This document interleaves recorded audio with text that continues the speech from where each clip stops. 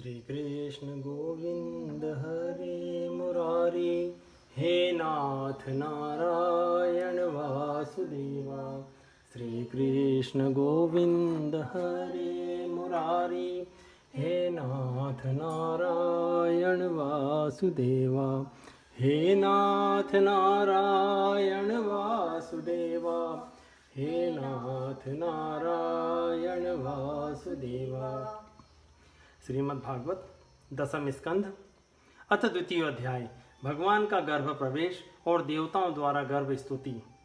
श्री शुकवाच, प्रलंबक चाणूर तृणावर्त महाशने, मुष्टिकारिष्ट द्विविध पूतना केशी धेनुके, अन्येष्यासुरभूपालैर्बाण भौमादिर्भिर्युतः, यदूनां कदनं चक्रे बली मागध संश्रयः, ते पीडिता निविविशु कुरु पंचालकेकयान्, शाल्वान् विदर्भान् निषद्धान् विदेहान् कोसलानपि, एके तमनुरुन्धान् ज्ञातय पर्युपासते, हतेषु षट्सु बालेषु देवक्याग्रसेनिना। सप्तमो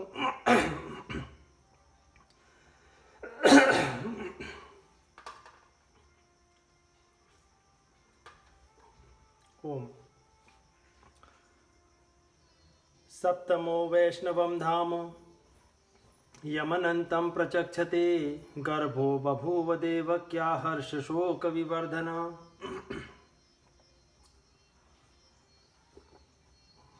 श्री सुखदेव जी कहते हैं, परीक्षित, कंस एक तो स्वयं बड़ा बली था और दूसरे मगध नरेश जरासंध की उसे बहुत बड़ी सहायता प्राप्त थी।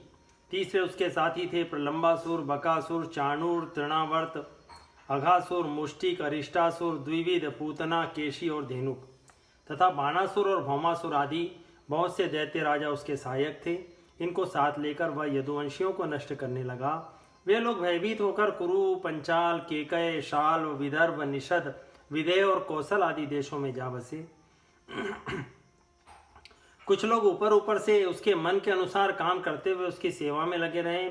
जब कंस ने एक एक करके देवकी के 6 बालक मार डाले, तब देवकी के 7वें गर्भ में भगवान के अंश स्वरूप श्री शेष जी, जिन्हें अनंत भी कहते हैं, पधारे। शेष भगवान ने विचार किया कि रामावतार में मैं छोटा भाई बना, इसी से मुझे बड़े भाई की आज्ञा माननी पड़ी और वन जाने से मैं उन्हें रोक नहीं सका। इसलिए कृष्णावतार में मैं बड़ा भाई बनकर भगवान की अच्छी सेवा कर सकूंगा। इसलिए वे कृष्ण से पहले ही गर्भ में आ गए। आनंद स्वरूप शेष जी के गर्भ में आने के कारण देवकी को स्वाभाविक ही हर्ष हुआ, परंतु कर्ष शायद इसे भी मार डाले, इस भय से उनका शोक भी बढ़ गया। भगवान अपि विश्वात्मा विदित्वा कंसजं भयं, यदूनाम निजनाथानाम योगमायाम समादिशत्, कच्छ देवी व्रजं भद्रे गोप गोभीरलंकृतं, रोहिणी वसुदेवस्य भार्यास्ते नंद गोकुले, अन्याश्च कंस संविघ्ना विवरेषु वसन्ति, देवक्या जठरे गर्भं शेषाख्यं धाम मामकम्, ततः सन्निकृष्य रोहिण्या उदरे सन्निवेशय, अथाहमंशभागेन देवक्या पुत्रतां शुभे, प्राप्स्यमि त्वं यशोदायां नन्दपत्न्या भविष्यसि, अर्चिष्यन्ति मनुष्यास्त्वां सर्वकामवरेश्वरीं, धूपोपहारबलिभिः सर्वकामवरप्रदां, नामधेयानि कुर्वन्ति स्थानानि च नरा भुवि, दुर्गेति भद्रकालीति विजया वैष्णवीति च, कुमुदा चण्डिका कृष्णा माधवी कन्यकेति च, माया नारायणी शानी शारदेत्यम्बिकेति च, गर्भसंकर्षणात् तं वै प्राहुसंकर्षणं भुवि, रामेति लोकरमणाद बलं बलवदुच्छ्रयात्, संदिष्टैवं भगवता यथेत्योमिति तद्वचः, प्रतिक्रम्य गां गता तथा करोत्, गर्भे प्रणीते देवक्या रोहिणीं योगनिद्रया, अहो विस्त्रसितो गर्भ इति पौरा विचुक्रशुः। विश्वात्मा भगवान ने देखा कि मुझे ही अपना स्वामी और सर्वस्व मानने वाले यदुवंशी कंस के द्वारा बहुत ही सताए जा रहे हैं। तब उन्होंने अपनी योग माया को यह आदेश दिया, देवी कल्याणी, तुम व्रज में जाओ। वह प्रदेश ग्वालों और गौों से सुशोभित है। वहाँ नंद बाबा के गोकुल में वसुदेव की पत्नी रोहिणी निवास करती हैं। उनकी और भी पत्नियां कंस से डरकर गुप्त स्थानों में रह रही हैं। इस समय मेरा वंश, जिसे शेष कहते हैं, देवकी के उदर में गर्भ रूप से स्थित है। उसे वहां से निकालकर तुम रोहिणी के पेट में रख दो। कल्याणी, अब मैं अपने समस्त ज्ञान बल आदि अंशों के साथ देवकी का पुत्र बनूंगा और तुम नंद बाबा की पत्नी यशोदा के गर्भ से जन्म लेना। तुम लोगों को मुंह मांगे वरदान देने में समर्थ होगी। मनुष्य तुम्हें अपनी समस्त अभिलाषाओं को पूर्ण करने वाली जानकर धूप दीप नैवेद्य और अन्य प्रकार की सामग्रियों से तुम्हारी पूजा करेंगे। पृथ्वी में लोग तुम्हारे लिए बहुत से स्थान बनाएंगे और दुर्गा, भद्रकाली, विजया, वैष्णवी, कुमुदा, चंडिका, कृष्णा, माधवी, कन्या, माया, नारायणी, ईशानी, शारदा और अंबिका आदि बहुत से नामों से पुकारेंगे। देवकी के गर्भ से खींचे जाने के कारण शेष जी को लोग संसार में संकर्षण कहेंगे। लोग रंजन करने के कारण राम कहेंगे। बलवानों में श्रेष्ठ होने के कारण बलभद्र भी कहेंगे। जब भगवान ने इस प्रकार का आदेश दिया तब योग माया ने जो आज्ञा, ऐसा कहकर उनकी बात शिरोधारी की और उनकी परिक्रमा करके वे पृथ्वी लोक में चली आईं तथा भगवान ने जैसा कहा था वैसे ही किया। जब योग माया ने देवकी का गर्भ ले जाकर रोहिणी के उदर में रख दिया तब पूर्वासी बड़े दुख के साथ आपस में कहने लगे, हाय बेचारी देवकी का यह गर्भ तो नष्ट ही हो गया। भगवान अपि विश्वात्मा भक्ता नाम भयंकर अविवेशांस भागेन मनानक दुंदुवे सविव्रत पौरुषमधाम भ्राजमानो यथा रवि दुरासदोतिर्दुर्दशो भूतानाम संबभूवः ततो जगन्मंगलमच्युताशं समाहितं शूरसूतेन देवी दधार सर्वात्मभूतं काष्ठा यथानंदकर्म मनस्तः सा देवकी सर्वजगन्निवास निवास भूता नितरां नरेजे भोजेन्द्र गेहेऽग्निशिखे वरुद्धा सरस्वती ज्ञान खले यथा सती तां वीक्ष्य कंसः प्रभयाजितान्तरां विरोचयन्तीं भवनं शुचिस्मितां आहेश मे प्राणहरो हरिर्गुर्हां ध्रुवं श्रीतोयन्नपुरे यमीदृशी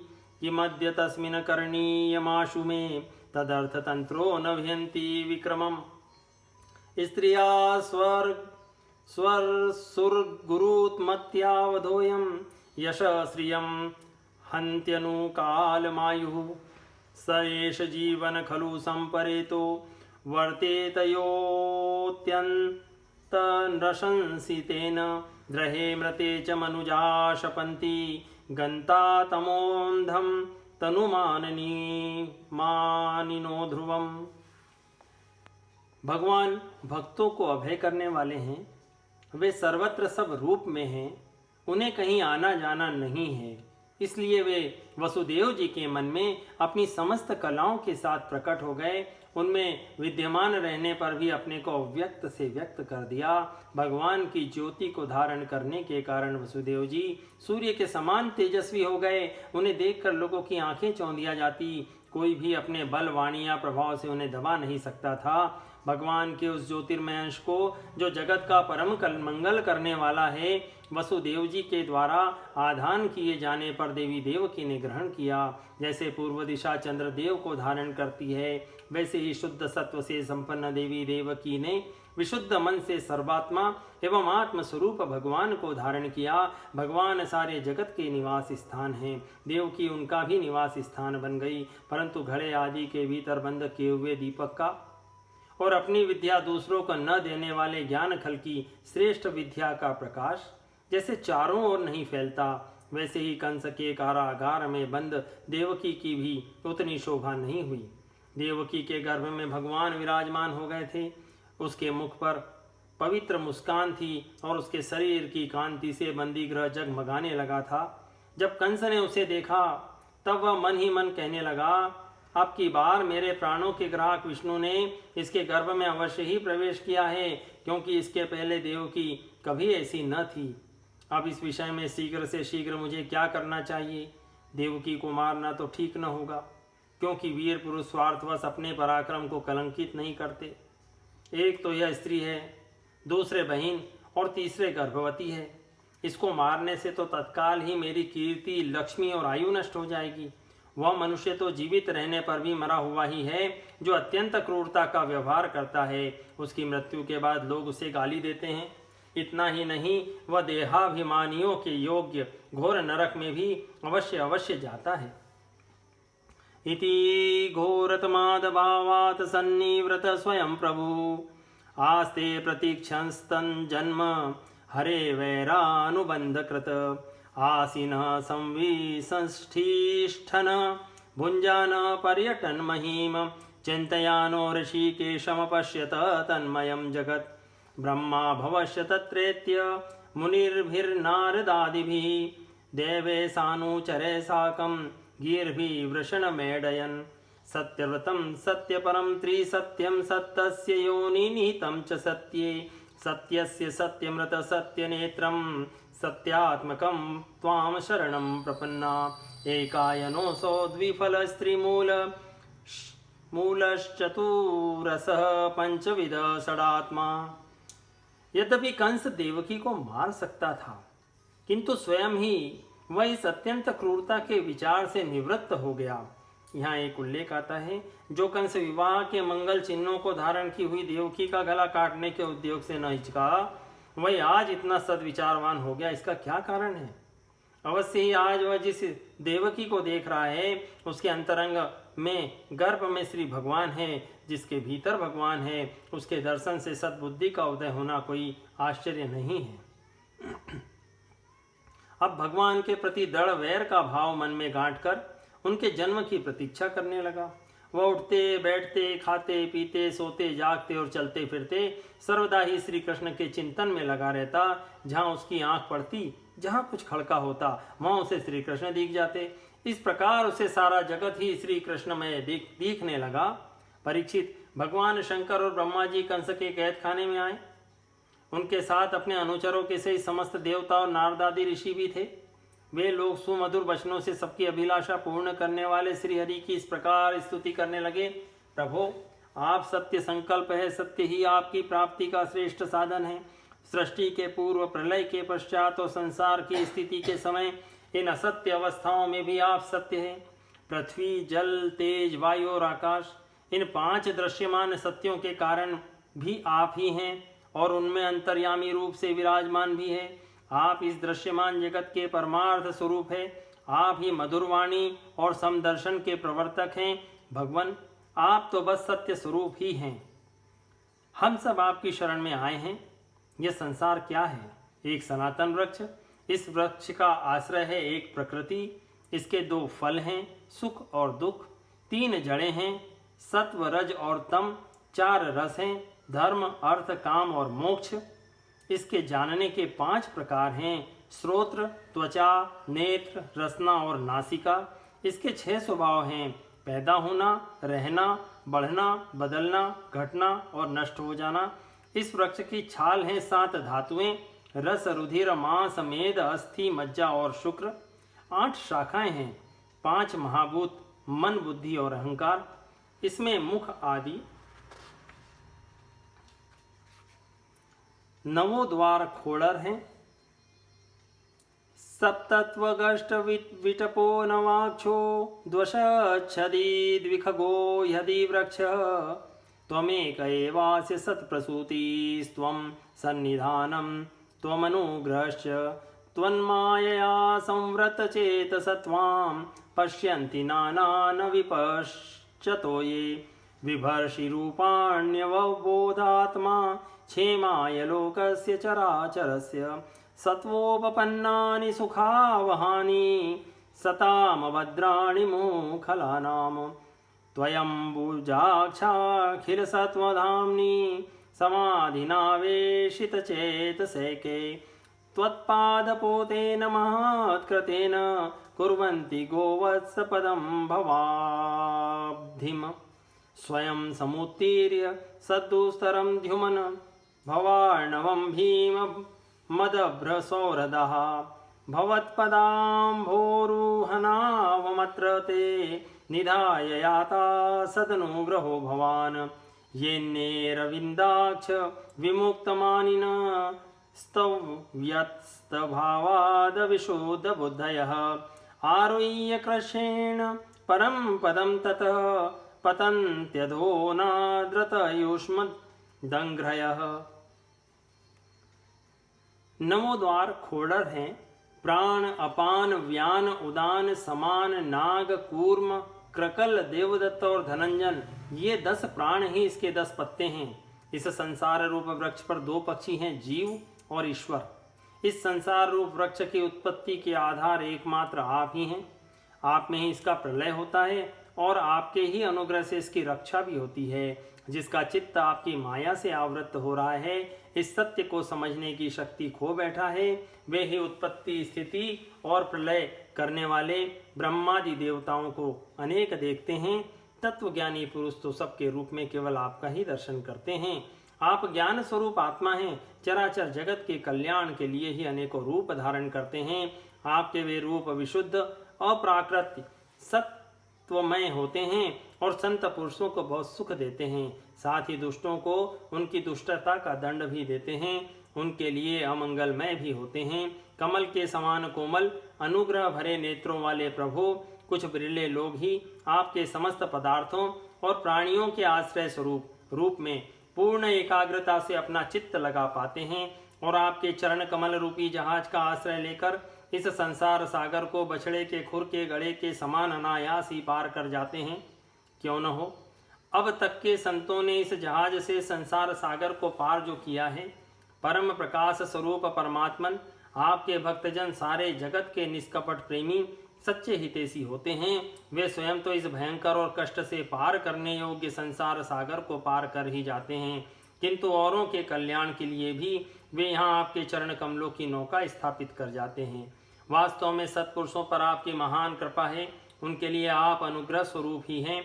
कमल नयन, जो लोग आपके चरण कमलों की शरण नहीं लेते तथा आपके प्रति भक्ति भाव से रहित होने के कारण जिनकी बुद्धि भी शुद्ध नहीं है, वे अपने को झूठ मूठ मुक्त मानते हैं। वास्तव में वे तो बद्ध ही हैं। वे यदि बड़ी तपस्या और साधना का कष्ट उठाकर किसी प्रकार ऊंचे से ऊंचे पद पर भी पहुंच जाए तो भी वहां से नीचे गिर जाते हैं। तथा न ते माधव तावका क्वचिद भ्रश्यन्ति मार्गा त्वयि बद्ध सौहृदा त्वयाभिगुप्ता विचरन्ति निर्भया विनायकानि कपमूर्धसु प्रभो सत्वं विशुद्धं श्रयते भवान् स्थितो शरीरिणां श्रेय उपायनं वपुः वेदक्रियात् योगतपः समाधिभिः स्तवार्हणं येन जनः समीहते सत्वं न चेद्धातरिदं निजं भवेद् विज्ञानमज्ञानविदापमार्जनं गुणप्रकाशैरनुमीयते भवान् प्रकाशते यस्य च येन वा गुणः न नामरूपे गुणजन्म कर्मभिः निरूपपितव्ये तव तस्य साक्षिणः मनोवचोभ्यामनुमेयवर्त्मनो देवक्रियायां प्रतीयन्तथापि श्रवण गुणन गृणन संस्मरणयश्च चिंतयन नामानि रूपाणि च मंगलानि ते। परंतु भगवान, जो आपके अपने निजजन हैं, जिन्होंने आपके चरणों में अपनी सच्ची प्रीति जोड़ रखी है, वे कभी उन ज्ञानाभिमानियों की भांति अपने साधन मार्ग से गिरते नहीं। प्रभु, वे बड़े बड़े विघ्न डालने वालों की सेना के सरदारों के सिर पर पैर रखकर निर्भय विचरते हैं। कोई भी विघ्न उनके मार्ग में रुकावट नहीं डाल सकते, क्योंकि उनके रक्षक आप जो हैं। आप संसार की स्थिति के लिए समस्त देहधारियों को परम कल्याण प्रदान करने वाला विशुद्ध सत्वमय सच्चिदानंदमय परम दिव्य मंगल विग्रह प्रकट करते हैं। उस रूप के प्रकट होने से ही आपके भक्त वेद, कर्मकांड, अष्टांग योग, तपस्या और समाधि के द्वारा आपकी आराधना करते हैं। बिना किसी आश्रय के वे किसकी आराधना करेंगे। प्रभो, आप सबके विधाता हैं। यदि आपका यह विशुद्ध सत्वमय निज स्वरूप न हो तो अज्ञान और उसके द्वारा होने वाले भेदभाव को नष्ट करने वाला अपरोक्ष ज्ञान ही किसी को न हो। जगत में दिखने वाले तीनों गुण आपके हैं और आपके द्वारा ही प्रकाशित होते हैं, यह सत्य है। परंतु इन गुणों की प्रकाशक वृत्तियों से आपके स्वरूप का केवल अनुमान ही होता है, वास्तविक स्वरूप का साक्षात्कार नहीं होता। आपके स्वरूप का साक्षात्कार तो आपके इस विशुद्ध सत्वमय स्वरूप की सेवा करने पर आपकी कृपा से ही होता है। भगवान, मन और वेद वाणी के द्वारा केवल आपके स्वरूप का अनुमान मात्र होता है, क्योंकि आप उनके द्वारा दृश्य नहीं, उनके साक्षी हैं। इसलिए आपके गुण, जन्म और कर्म आदि के द्वारा आपके नाम और रूप का निरूपण नहीं किया जा सकता। फिर भी प्रभु, आपके भक्तजन उपासना आदि क्रिया योगों के द्वारा आपका साक्षात्कार तो करते ही हैं। जो पुरुष आपके मंगलमय नामों और रूपों का श्रवण, कीर्तन, स्मरण और ध्यान करता है और आपके चरण कमलों की सेवाओं में ही अपना चित्त लगाए रखता है, उसे फिर जन्म मृत्यु रूप संसार के चक्र में नहीं आना पड़ता। क्रियासु यस्वचरणारविन्दयो राविष्टचेता न भवाय कल्पते। दिष्टया हरेस्या भवत पदो भुवो भारोपनीतस्तव जन्मनेशितुः। दिष्ट्यांकितां त्वत्पदके सुशोभने द्रक्ष्याम गान्ध्यां च तथानुकम्पिताम्। न ते भवस्येष भवस्य कारणं विना विनोदम बत तर्कयामहे। भवो निरोध स्थितिरप्यविद्यया कृता यतस्त्वय्यभयाश्रयात्मनि। मत्स्याश्वकच्छनृसिंहवराहंस राजन्यविप्र विबुधेषु कृतावतार। त्वं पासिना स्त्रीभुवनं च यथाधुनेश भारं भुवो हर यदुत्तमवन्दनं ते। दिष्टयाम्बते कुक्षिगत परपुमा नंशेन ना साक्षाद् भगवान् भवाय नः। मा भूद भयं भोजपतेर्मुमूर्षो गोप्तां यदूनां भविता भवात् तवात्मजः। संपूर्ण दुखों के हरने वाले भगवान, आप सर्वेश्वर हैं। यह पृथ्वी तो आपका चरण कमल ही है। आपके अवतार से इसका भार दूर हो गया। धन्य है प्रभु, हमारे लिए यह बड़े सौभाग्य की बात है कि हम लोग आपके सुंदर सुंदर चिन्हों से युक्त चरण कमलों के द्वारा विभूषित पृथ्वी को देखेंगे और स्वर्गलोक को भी आपकी कृपा से कृतार्थ देखेंगे। प्रभु, आप अजन्मा हैं।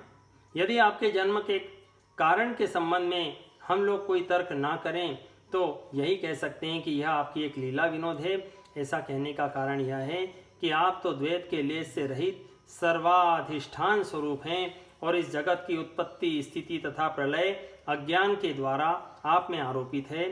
प्रभु, आपने जैसे अनेकों बार मत्स्य, हयग्रीव, कच्छप, नरसिंह, वराह, हंस, राम, परशुराम और वामन अवतार धारण करके हम लोगों की और तीनों लोकों की रक्षा की है, वैसे ही आप इस बार भी पृथ्वी का भार हरण कीजिए। यदुनंदन, हम आपके चरणों में वंदना करते हैं। देवकी जी को संबोधित करके, माता जी, यह बड़े सौभाग्य की बात है कि आपकी कोख में हम सबका कल्याण करने के लिए स्वयं भगवान पुरुषोत्तम अपने ज्ञान बल आदि अंशों के साथ पधारे हैं। अब आप कंस से तनिक भी मत डरिए, अब तो वह कुछ ही दिनों का मेहमान है। आपका पुत्र यदुवंश की रक्षा करेगा। श्री शुकवाच इत्यभीष्टूय पुरुषम यद्रूपमनिदं यथा ब्रह्मेशानो पुरोधाय देवा प्रतीययुर्दिवम्। श्री सुखदेव जी कहते हैं, परीक्षित, ब्रह्मा जी और अन्य देवताओं ने इस प्रकार भगवान की स्तुति की। उनका रूप यह है, इस प्रकार निश्चित रूप से तो कहा नहीं जा सकता। सब अपनी अपनी मति के अनुसार उसका निरूपण करते हैं। इसके बाद ब्रह्मा और शंकर जी को आगे करके देवगण स्वर्ग में चले गए। इति श्रीमद्भागवते महापुराणे पारमहंस्यां संहितायां दशम स्कंदे पूर्वार्धे गर्भगत विष्णोर्ब्रह्मादि स्तुतिर्नाम द्वितीयोऽध्याय सम्पूर्णम्। ओम।